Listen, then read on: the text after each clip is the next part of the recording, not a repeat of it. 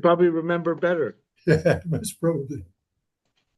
I think if there is a person, a human being involved, and so forth.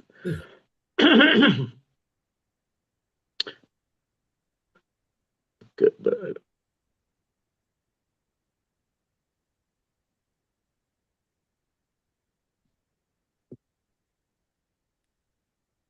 excuse me, I'm having the same problem I had before.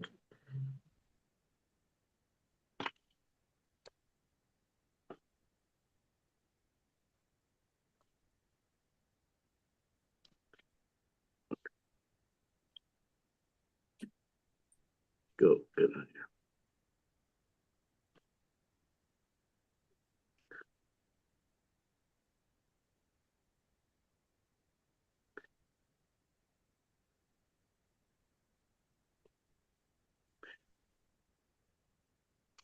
Okay, I think now, hold on, I have to do one more thing here. Okay. Show video panel. Okay, good. Nachum, thank you for having your face and eyes and brains. I really appreciate the range of knowledge you bring to our circles. And, we have similar interests. Okay. So Mishnah 7, Zayin. They want us to know that these Eser Sfirot, spheres of nothing, they're not of matter, they're forces that are not materialized. They're the core forces. Apparently, that one is not 7. Good. How's what? I don't think that one is 7. Oh, thank you. Yes, here we go. It starts the same way. I was just saying that Blima. Aryeh Kaplan writes Blima as one word, and Isidore Kalish writes it as two. In the Hebrew? I thought so. Yeah. Yeah. It's the same meaning, but I think that Aryeh Kaplan writes it together. Okay. I was exploring that, and it seems that in the oldest available copy, there were differences in each of them, with it being one word or two words, and that in regards to what it's bringing in that specific one, it is possible to interpret it in a deeper way, apparently. But I think the Aryeh Kaplan one reads it also as two words and explains it as two words. Oh, I see. The typo of it is, but in every case, let's respect for the elderly here. 1877, Upper East Side, or who knows where. So anyways, but it's such an interesting translation. The decade of existence out of nothing. He puts it in the realm of time almost. There's this much. So it's a weird translation, actually. I think decades can simply mean a group of 10. All right, that makes more sense. Thank you. I'm looking at a different translation. It says this 10 sphirot of nothingness. Yeah. The Aryeh Kaplan. Yeah. But the way Isidore reads it is, there is these 10 pieces of existence. I mean, there's a 10 root existence. Belima, which nothing is. Nautz sofan betchilatan. Its end is embedded, is linked to its beginning. Vetchilatan besofan. And their end is, and their beginning is linked to its end. That's one piece of information. That their end and they're beginning, they're linked in both directions. And an analogy to explain that effect, כשלהבת קשורה בגחלת. It's like a shalhevet is a flame that is linked to the coal, the living coal. That's why there's a flame. If there's no coal, no living coal, there would be no flame. And versa versa, because if there was no flame, well, it wouldn't be a live coal. And this whole dance of these 10 intertwined forces and their karmic, here's describing their karmic relationship, that what happens results of one results in the other. That's things are cause and effect, basically. And this whole circus, Sha'adon Yachid, there is a singular master, Adon, running the whole thing, Adonai. Ein lo sheni, there isn't a second, doesn't have an assistant. This doesn't have anyone to replace. And it's Velifnei echad, and in the presence of one, ma'ata sofer, you can't even count. It's only one. There's nothing else. So that's the Mishnah.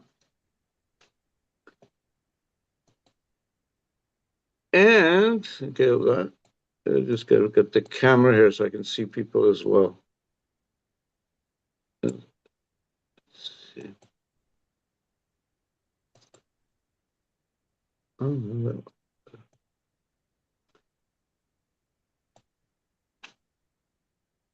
So that's the Mishnah, cryptic, how many words? 25 words and so forth. And in Aryeh Kaplan, we were halfway down page 60. And he was speaking about the whole cause and effect. Keter Malchut is the cause and effect. This is on page 59. And spiritual to material is the way, it reaches our everyday, this dynamic. And the nature of things is, though, that the spiritual,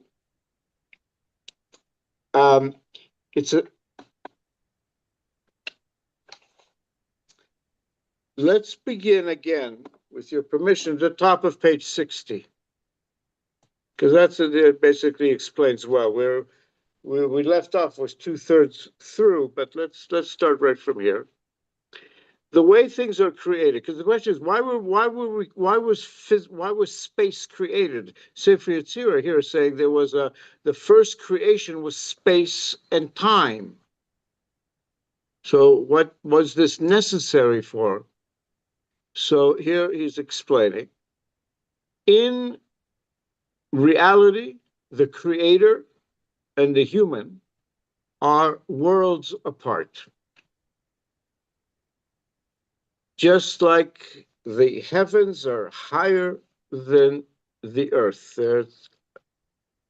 Meaning, on a purely spiritual plane, it would be totally impossible for the two to ever be brought together.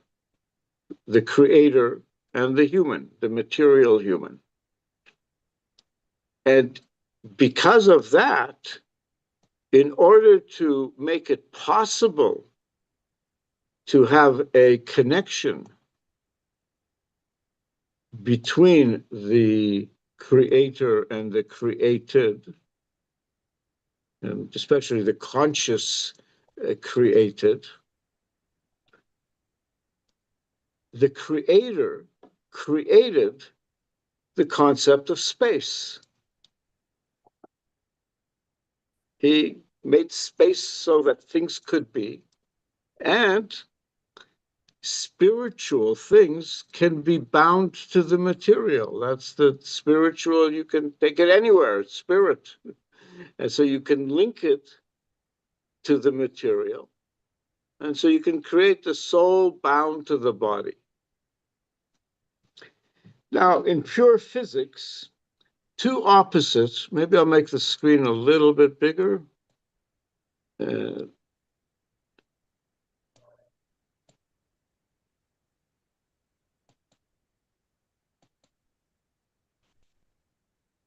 All right. Two opposites can be bound together by being bound to physical objects. In the physical world, opposites can come together. In the spiritual world, they cannot. In the physical world, space exists, and two opposites can literally be pushed together. Furthermore, two spiritual opposites can even be bound to the same material object. And so here's a place for the spiritual to, well, to experience itself in the physical and to impact and to be an agent of the physical. And so we're created in our realm. We have the three realms of space and the one realm of time. And then what Sefer Yetzira has been introducing us to, Omek Tov, the Omek Ra, where there's the depths of good, the depths of the opposite of good.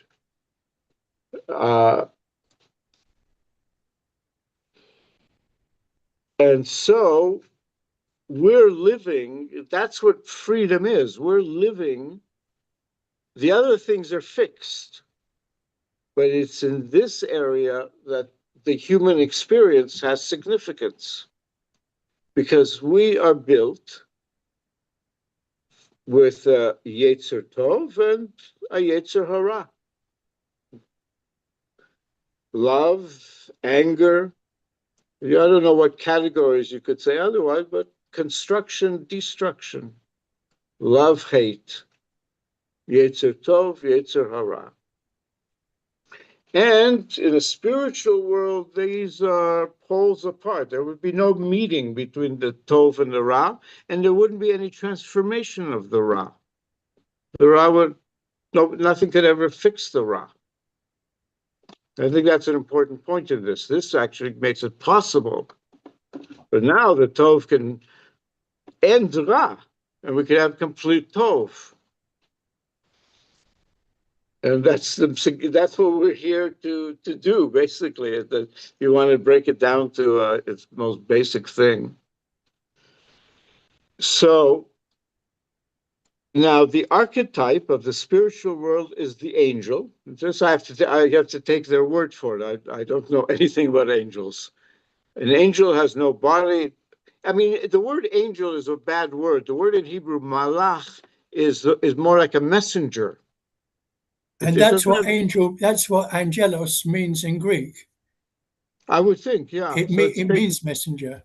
Good, because malach is the one that makes the thing.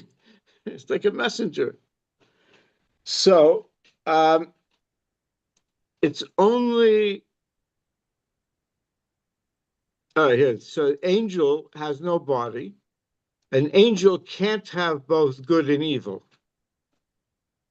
And so our sages teach us that angels have no Yetzira Hara. Oh, that's good. They're only good, eh? That's very good news. I'm glad to hear that. I would be really nervous if there were lots of bad angels or angels carrying out Yetzira Hara, because boy, there's enough. We do our own. We don't need angels to add. We need somebody on our side. And that's what I'm saying. God's messengers are these malachim. They're here. They're our friends. And Baruch Hashem, the the Jewish thing is about a relationship with the spiritual realm, and like an active, conscious, impactful relationship. We're really partners in a very real project. So, all right, so the angels are only Tov. So it's only in a physical being that both good and evil can exist together. And even though they're opposites both spiritually, they can come together in the physical human.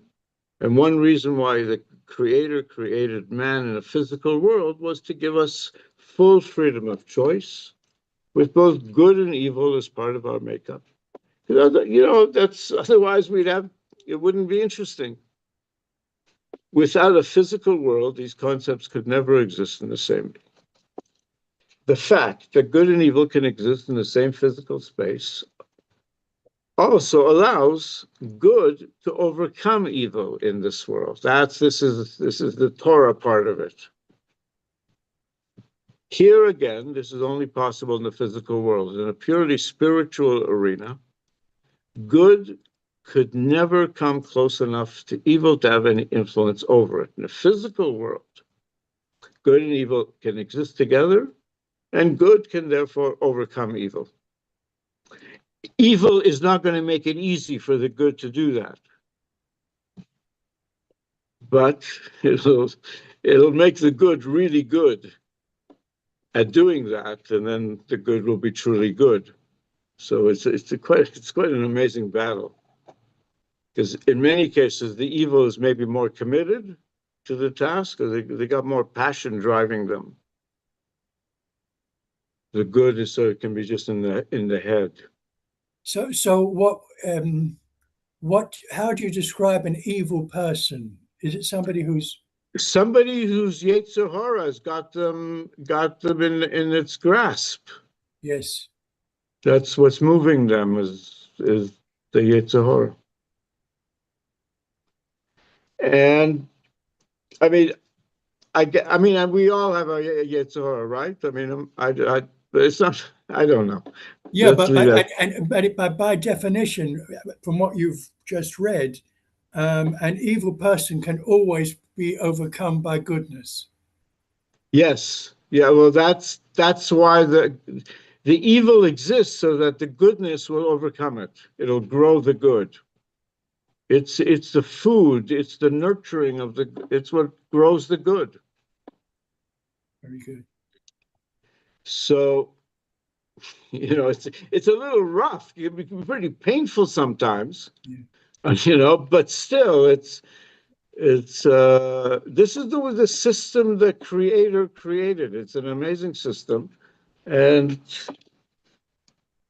Israel's right here in the middle of it. All right, so in the physical world, they exist together. Good can overcome, and Chazal teach us one of the main reasons the human was placed in the physical was in order to overcome the forces of evil. As this is where we left off, the Zohar expressed it by stating we're here to turn darkness into light. So we're here to Omek Tov, Omek Ra, and bring it all to Omek Tov. And so that means the Tov has to go to the Omek Ra in order to move it along. Here, listen, I got a path for you. This way. It's really good here. Come on over. But you have to go to it to bring it over, and it's not going to agree right away.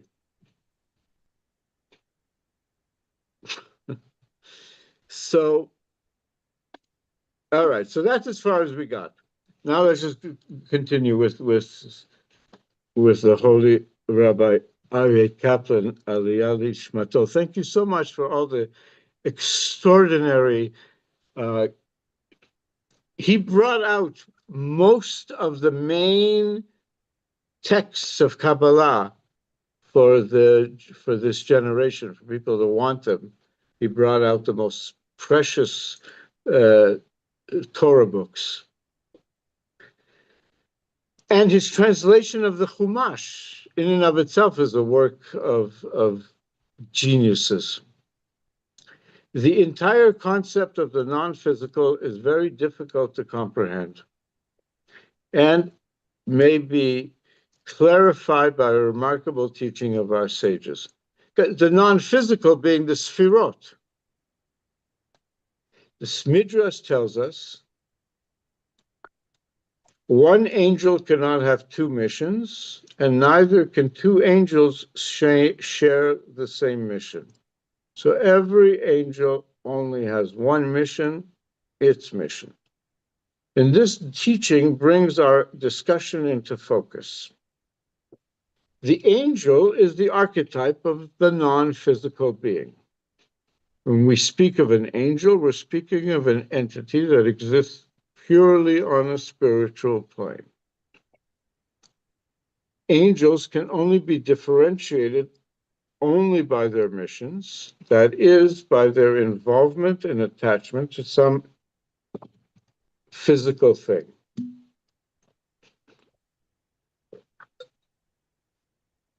Two angels cannot share the same mission. Man, there must be a lot of angels. It is only their different missions that make the two angels different entities. They cannot be separated by space like physical objects. But so they're all together? They're all are they all manifestations of God? So, yeah. So therefore, if they both had the same mission, there would be nothing to differentiate them, and they would be one. Similarly, one angel cannot have two missions. On a purely spiritual plane, two different concepts cannot exist in a single entity. If an angel had two missions, then it would be two angels. Okay, so here's where it relates to us. If we were purely physical, we couldn't, two different concepts can't exist except together, except in the physical plane. On the purely spiritual plane. You can't think of more than one thing at a time. He's about to talk about that, yes. If an angel had two missions, then it would be two angels. We can, here it is, exactly. We can also understand this in terms of the human mind. In a sense, the mind is a pure spiritual entity bound to our physical brain. Oh, that's what it is. Look, it is the most extraordinary thing that we have. This, because otherwise, you know, as much as who are the closest? The monkeys, right? It's like we are mammals that have a mind, and the mind is a pure spiritual entity that's bound to our physical brain. Just at that point, I would say, nobody can describe what a mind is, although we talk about a mind. And in the Greeks use the word psyche, where we use the word mind. And that's interesting. So that's where psychology came from. Yeah, psychology, psychiatry, and all that comes from it. And the real meaning of psyche in Greek is soul.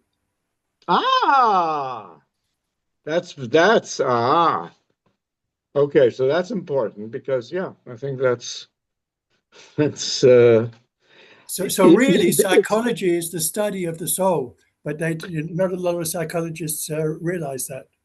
And in the way of Israel, the mind is an expression of the soul. Yes. I mean, the mind and speech, all that, they're meant to be an expression of our soul.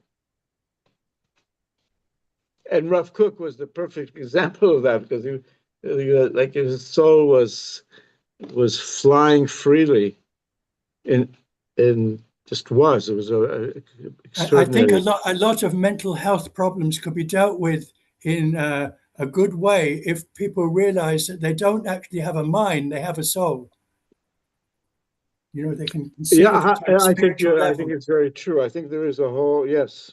I think there's a whole probably a whole. I mean, I guess people might be doing it, but it's definitely got a place in the healing world. For sure. So we can understand this in terms of the human mind. The mind is a pure spiritual entity that's bound to our physical brain. And so many thoughts and memories can be bound together by our physical brain, but the mind can only focus on one of them at a time. In simple terms, a person can think of only one thing at a time. A thought is a spiritual entity, and as such, can only contain a single concept. And since both the thought, it's also speech. Mm-hmm. We can only say one thing at a time. It comes into that connection. A thought is a spiritual entity, and it can only contain a single concept. And since both a thought and an angel are basic spiritual entities, this is very closely related to the fact that an angel can only have a single mission. So this is something we share with the angels. Yes. This is a realm that I guess that it's in that realm that we can have some relationship to the angels.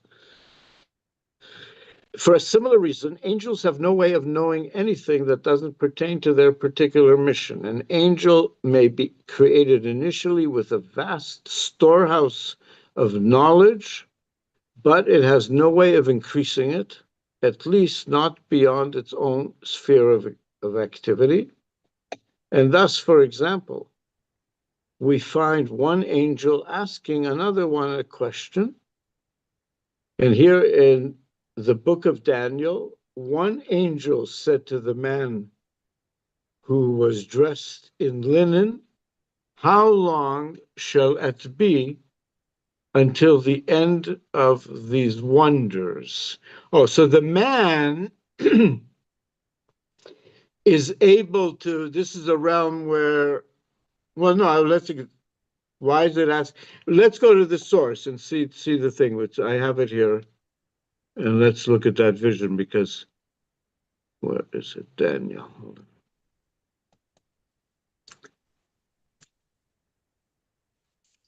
on. Okay, he brings it Daniel 12:6, but let's begin at 12:1. The thing, because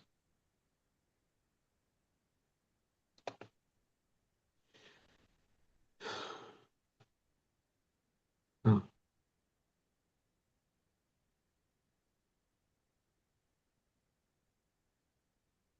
Wow, he's in the middle of some pretty amazing descriptions of, I guess, what will be at the end of 11. He'll gain control over treasures of gold and silver, over all the precious things of Egypt. And the Libyans and the Cushites will follow at his heels, and the Middle East conflict in some way. But here it is, chapter 12. At that time, Ya'amod Michael, will stand Michael, Hasar Hagadol, the great minister, the great prince, Ha'omed al Bnei Amecha, who will be standing beside the children of your people, V'haita Yetzira, and it will be a time of trouble. Did we ever have a time of trouble in our history, or Daniel's making this up? Haita Yetzira, asher lo nihiyeta mihiyot goy, ad ha'etahi. Wow. It will be a time of trouble that like of which has never been since the nation has come to be. That has never been such a tzara. Well, we never had anything like the Shoah. Well, that does come to mind pretty quickly. Yes, but it's also amazing how many different choices we could have of Yetzira. We're experts, and Mitzrayim, Yetziat Mitzrayim, is Otiot Tzara. So that's our whole relationship of Israel with is we learn through tzarot. But we're the ones the freedom fighters, the real freedom fighters. But here we're going to be it'll be a time of trouble, the like of which has never been since the nation came into being. And at that time, Yimalet Amcha. Yimalet is will be rescued. But Yimalet is also they'll flee to freedom. It's not like that. Yimalet is they'll run away. Kol Hanimtza Katuv B'Sefer. All who are found inscribed in that book, they'll all be rescued. Many of those, Rabim Yishnei Admat Afar, many of them that are sleeping in the dust of the earth, they've been turned into dirt. And Yakitsu, they'll awaken. Eila Lechayele Olam, some to eternal life. Ve'ele lecharafot ledir'on olam. And these two, they're going to get karma, reproaches, everlasting abhorrence. Karma is unfolding. The hamaskilim, and those that have seichel, this is the Israel consciousness, Yazhiru kezoar arakia, will be radiant like the bright expanse of the sky. Umatzdikei harabim, and they will be the ones who bring tzedek to the multitudes, leading the many to righteousness. Kachochavim le'olam va'ed, like stars forever and ever.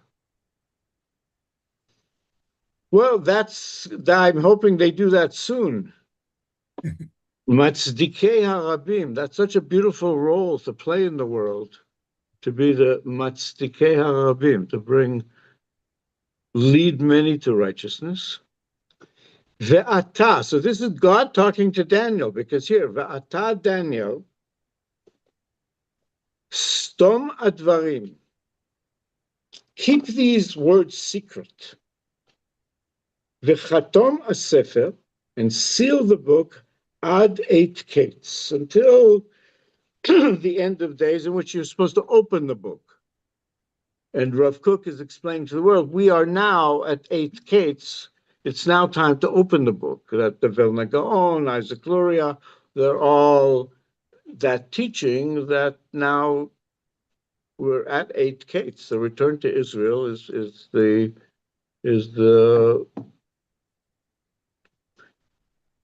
setting for the 8 kates. And it doesn't have to take a long time. It depends on us.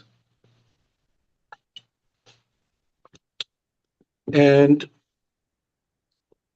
seal the book until the end of days. Yishatotu rabim vatirbe adat. So many will range far and wide, and knowledge will exist, which is an interesting thing in terms of the great opening. And you heard of artificial intelligence now? But many will range far wide, and knowledge will increase. How to use knowledge, how to stop we used our brains, how that the machine can think for us. So I don't have to, and can think much faster, much more, think through things. It's such an extraordinary tool of thought. Knowledge will increase. You just watch. Did you know that the Satmar Rebbe has just announced that he's banned any use of AI? I'm not surprised. I want to read more about that. I'm just about reading. We can talk about the Satmar Rebbe afterwards. Okay. But there is an interesting article that Rabbi Shmuley Boteach has just written about the Satmar that I think it's important. Okay, so I, Daniel, right, saw two others standing, one on the bank of the river and the other on the bank of the other river. And that could be Omek Tov, Omek Ra, I'm not sure.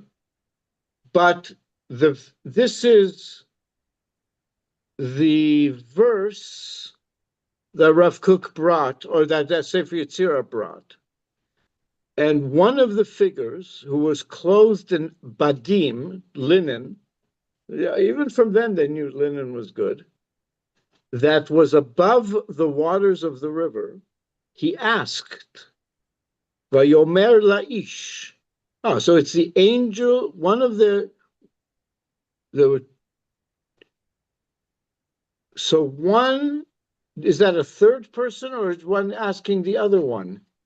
One said to that figure that's clothed in linen who was above the water of the river. So I guess it's a third person there. There was also a ish there that was dressed in these garments. That's the angel, isn't it? I'm trying to understand that. That's what, okay. Daniel, I saw two others. Yeah, okay, so that doesn't, others than what? Than just two others, I guess. Hine shnayim acherim are on the riverbanks, and each one, and one said, let's assume for now, to the other one who was above, how long until the end of Ad Medai Ketsa Pelaot? Here it's translated until the end of these awful things. In Aryeh Kaplan,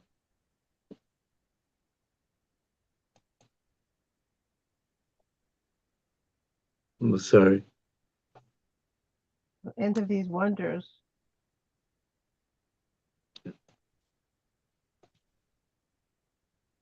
So we find one angel, Is more he of a said neutral word. we find one angel asking another a question. One angel said to the man dressed in linen, how long shall it be until the end of these wonders? That's what we just read. And he's making the point that one angel had to ask the other because he himself didn't know, could not know something outside of his own domain. So they only know what they know. In the physical world, we can learn things through our five senses. We can hear, feel, smell, and taste. And also the fact that there are five senses, 5 fingers, chamisha, it's interesting. He only mentions four, but he only mentions 4 senses. He doesn't mention touch. That is, well, feel. Oh, sorry. Feel is contained. Okay, he only has 4 here though. 1, 2, 3. So what's he missing? Seeing. Sight. Oh yeah, right. Yeah, he doesn't. We can see, we can hear, we can feel, we can smell, and we can taste. Boy, that can keep us busy. Our knowledge of things comes from our physical proximity to them. In the spiritual worlds, this doesn't exist. The only way you can learn about things is to come into spiritual proximity with it. An angel cannot do this outside of his own realm. The human, therefore, has an advantage over an angel. The very fact that he exists in the world enables the human to reach ever higher. It's not limited to its mission. It can take a larger mission. It's well, not we. No, we can take on. There's nothing. We have no limits. We're not limited, defined by anything outside.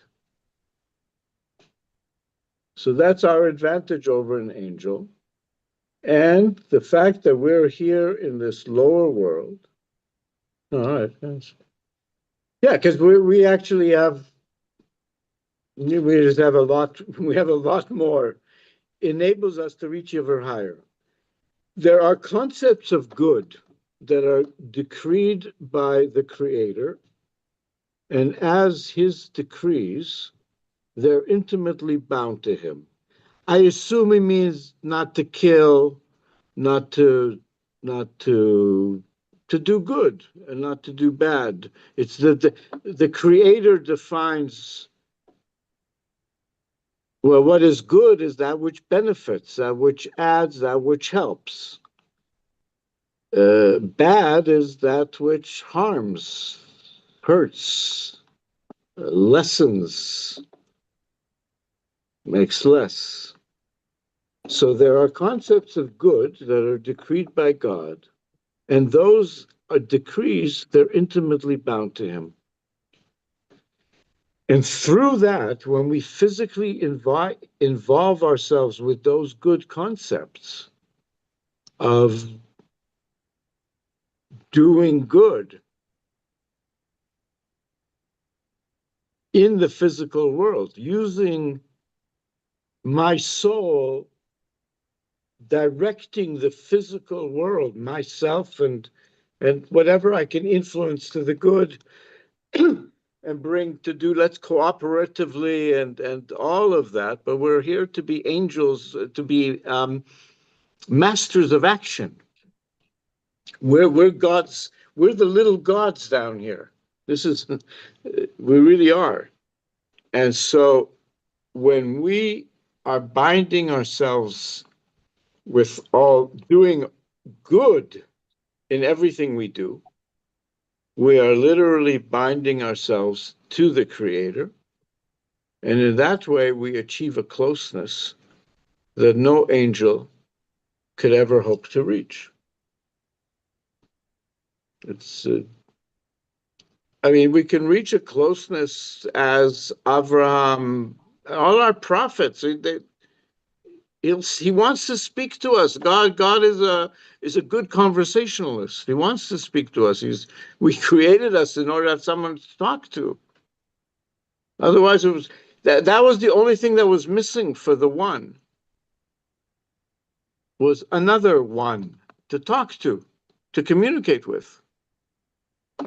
It's to relate with. So it's boring being the perfect one with no one else. And no place to share your perfection, your goodness, to share. So it reminds me that recently we read about what is it Medad and Eldad prophesying, and when Joshua complains to Moshe, he says, "Would that everybody be prophets." Yeah. Well, that is what it's about. The reason I say that is particularly because of my connection to Torah to Rav Kook and the Rav Nazir's teachings, because they said explicitly with each other, to each other, and the Nazir saw Rav Kook as the best example of a human being bringing forth their prophetic capacities, but that the return to Israel is the return of the nation, the people of Israel, and ultimately everybody on the planet Earth to, it's called Ruach HaKodesh. to be able to tap into Ruach HaKodesh, which implies some sort of communication with the Kadosh. And Ruach HaKodesh is it's sort of considered the lowest level of prophecy. There might be 5 levels even. I'm trying to think of, Aryeh Kaplan, I think, has that somewhere in one of his books, but there might be different levels. Ruach HaKodesh being the lowest level, but direct Nevuah, like Moshe level, the highest level. You know, But even Ruach, it says in Joel in chapter 3, verse 1, it says, after that I will pour out my spirit on all flesh, and your sons and your daughters shall prophesy. Your old men shall dream dreams, your young men shall see visions. yes, yeah, that's he wants.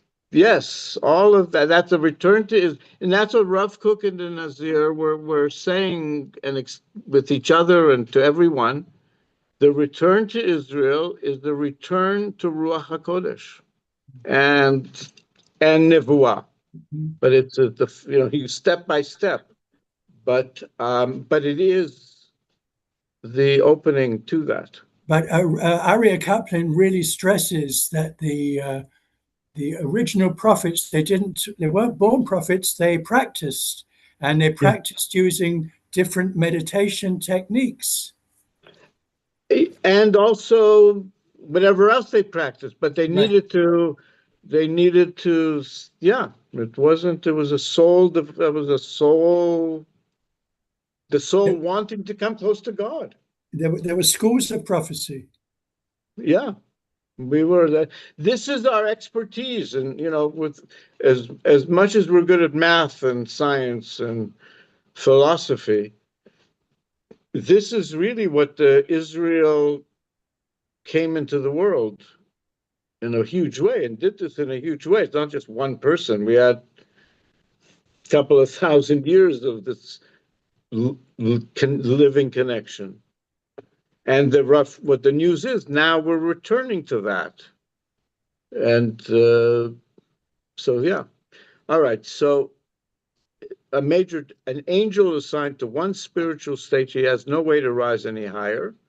And so when a prophet speaks of angels, he says, around God, the seraphim stood.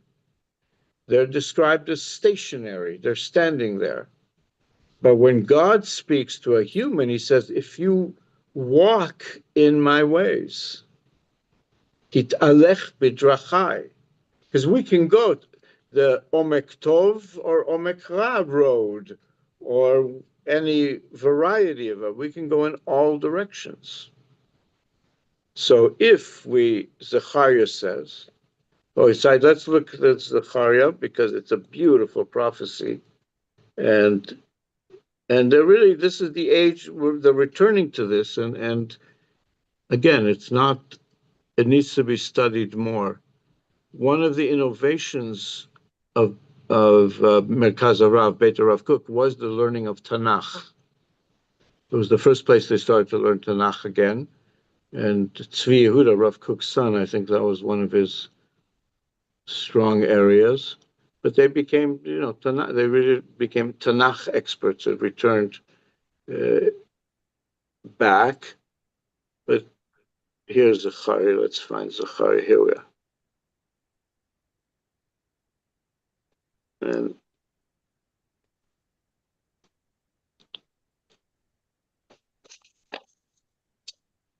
all right, well, so we'll conclude soon. So let's here's Zechariah 3:7. So then let's just start the beginning of Zechariah 3. I was further shown Joshua, the high priest, standing before the angel of God, and the accuser standing as his right to accuse him, I guess to accuse Joshua.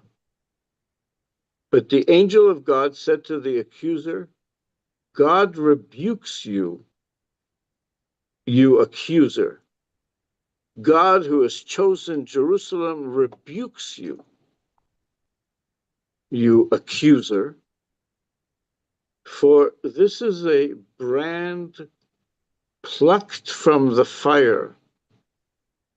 Maybe I'm not sure what that reference is, maybe, but that could be a reference to Israel, I'm not sure. Now, Joshua was clothed in filthy garments when he stood before the angel. So it's Joshua the high priest being accused. And the angel giving the accuser rebuke. Don't you go around accusing Joshua the high priest. And here Joshua clothed in filthy garments when he stood before the angel. And then the latter spoke up and said to his attendants, the latter being, I guess, the angel,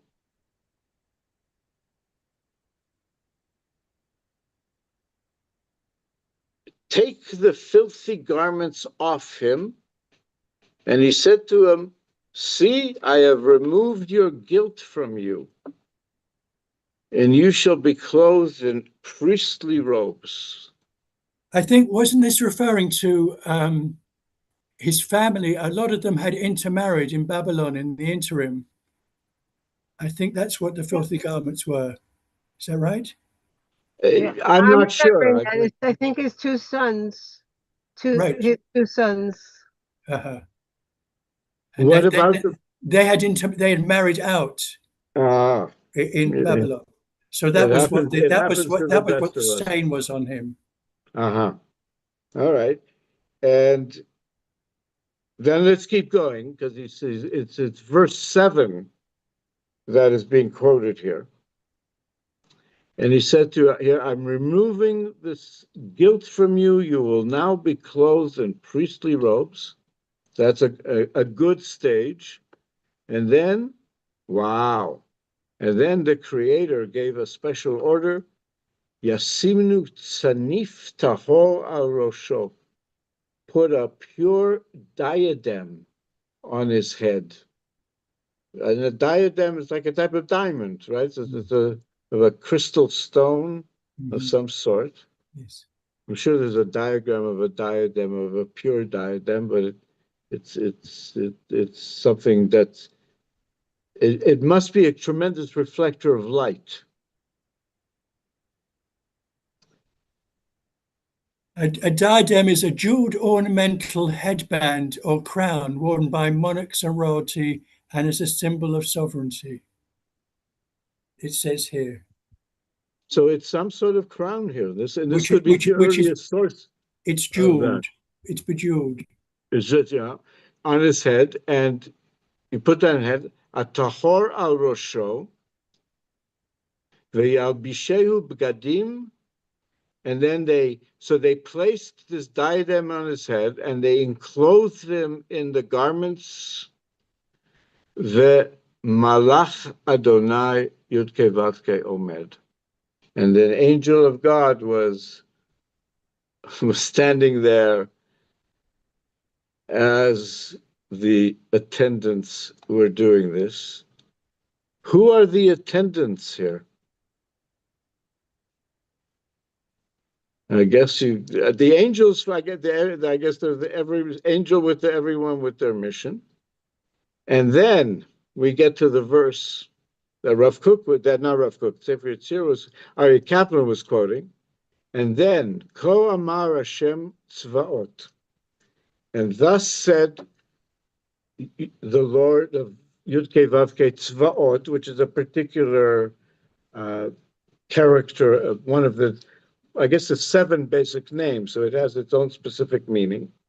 But Hashem Tzvaot,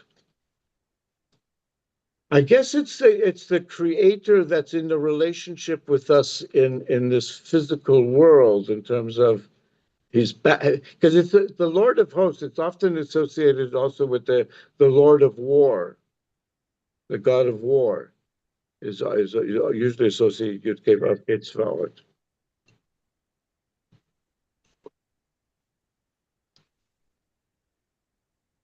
So he says, so Yud Kei Vav Kei, so it's said to him, Im bedarkai telech, if you go in my path, because you're not stationary, you can go any direction. Ve'im et mishmarti tishmor, and if you guard, keep, shomer, that which is, keep my charge. It's not a good translation. If you shomer, that's my fortress. If you guard that which I guard, imishmarti tishmor, if you'll be my, almost my mishtara. No, mishtara is a similar word, because the mishtara are the ones that have to lishmor. So, but if you will lishmor, you'll be the protectors of that which, of my place, what is mine to be protected. Ve'gam ata tadin et beiti, and then you, in turn, tadin et beiti, you will judge my house. Here it translates it, you will rule my house, but tadin is the word, you'll be the judge of my house. Vegam, so we'll be the ones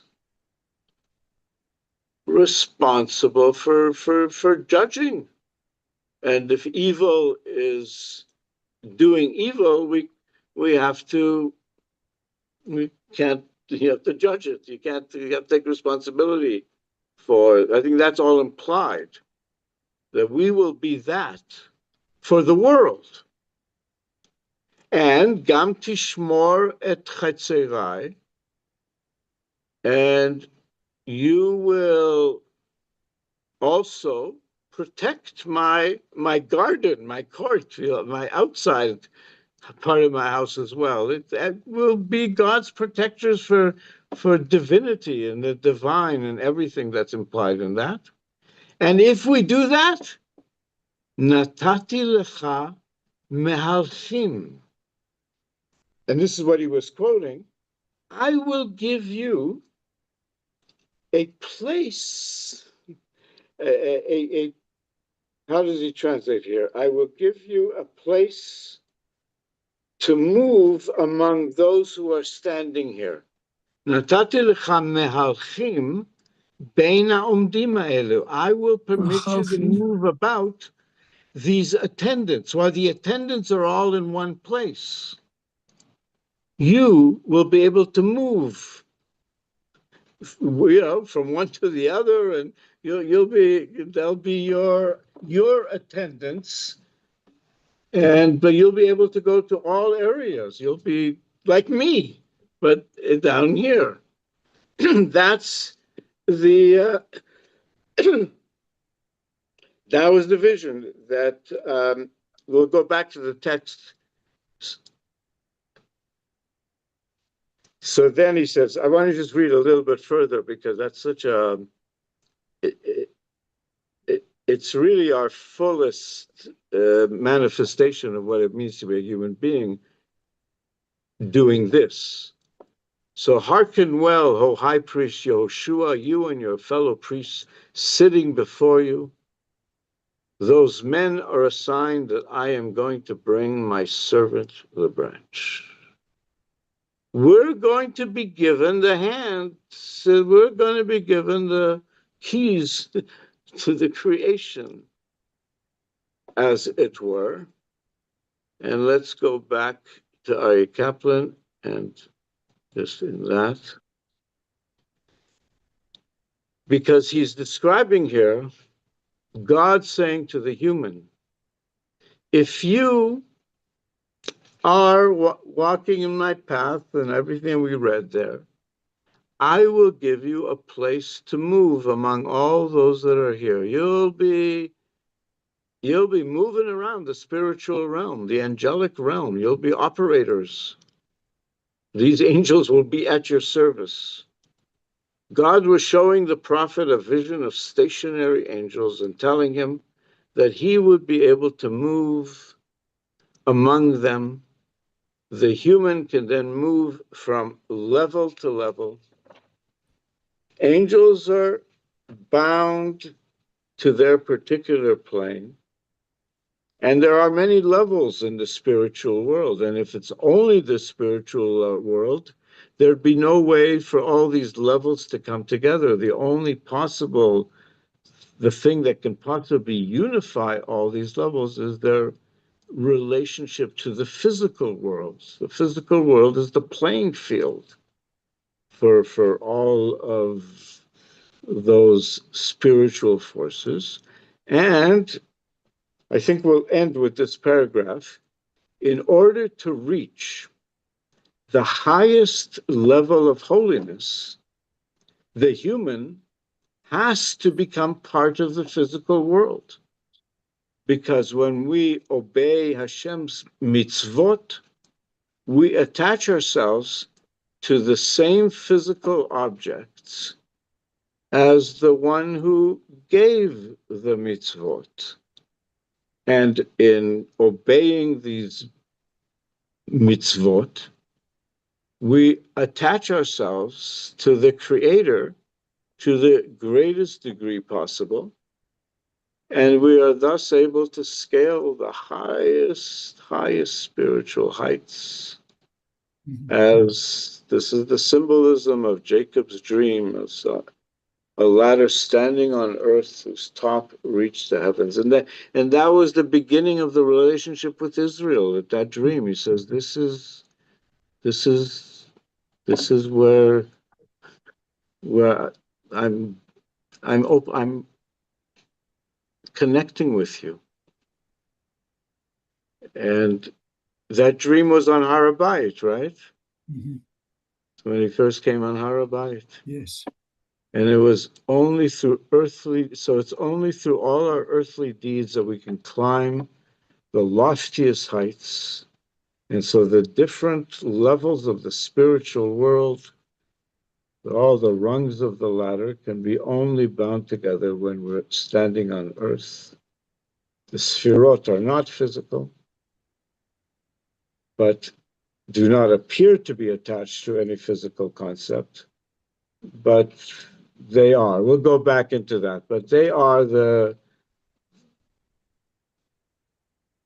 forces, because we're in a world of 10 in so many ways, the whole decimal, all of that. So this, it's all expressions of the 10 Sefirot Blima that Sefer Yetzira is introducing us to. It's telling us this is the divine blueprint, and please use it to bring heaven and earth together in a way that we really bring goodness and peace and love, because this creation was created out of love. God was lonely and said, I want to share. And